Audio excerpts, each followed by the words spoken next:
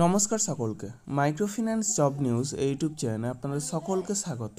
যে কারণে আপনাদের সামনে আবার নতুন ভিডিও নিয়ে উপস্থিত হলাম যে এক্সিস ব্যাংকে ফিল্ড অফিসার পোস্টে এক ইন্টারভিউ আয়োজন করা হয়েছে।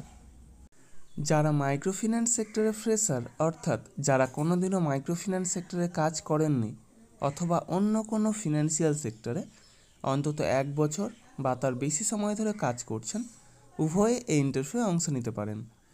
বয়স হতে হবে সর্বাধিক 30 বছরের মধ্যে এবং শিক্ষাগত যোগ্যতা ন্যূনতম গ্র্যাজুয়েট অর্থাৎ স্নাতক পাস। তবে যারা অন্য কোনো ফিনান্সিয়াল সেক্টরে অন্তত 1 বছর বা তার বেশি সময় ধরে কাজ করছেন, তারা উচ্চ মাধ্যমিক পাস হলেও এই কাজের জন্য আবেদন করতে পারেন। এই কাজের জন্য বেতন নির্ধারণ করা হয়েছে 15,000 থেকে সর্বাধিক 22,000 টাকা পর্যন্ত।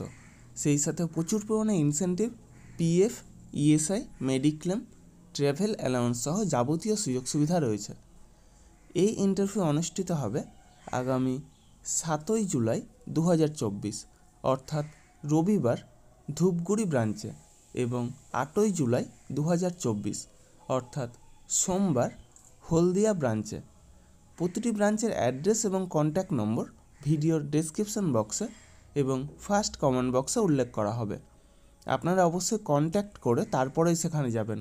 অবশ্যই Aadhaar card, voter card, PAN card, driving licence, সেই সাথে শিক্ষাগত যোগ্যতার যাবতীয় নথি নিয়ে সেখানে উপস্থিত হবেন এবং অবশ্যই আপডেটেড সিভি নিয়ে যাবেন। অর্থাৎ যদি কোনো ফিনান্সিয়াল সেক্টরে কাজের অভিজ্ঞতা থাকে তবে সেটা অবশ্যই সিভিতে উল্লেখ করবেন এবং সেই সাথে লাস্ট 3 মাসের স্যালারি স্লিপ অথবা এনওসি অর্থাৎ নো অবজেকশন সার্টিফিকেট নিয়ে সেখানে উপস্থিত হবেন।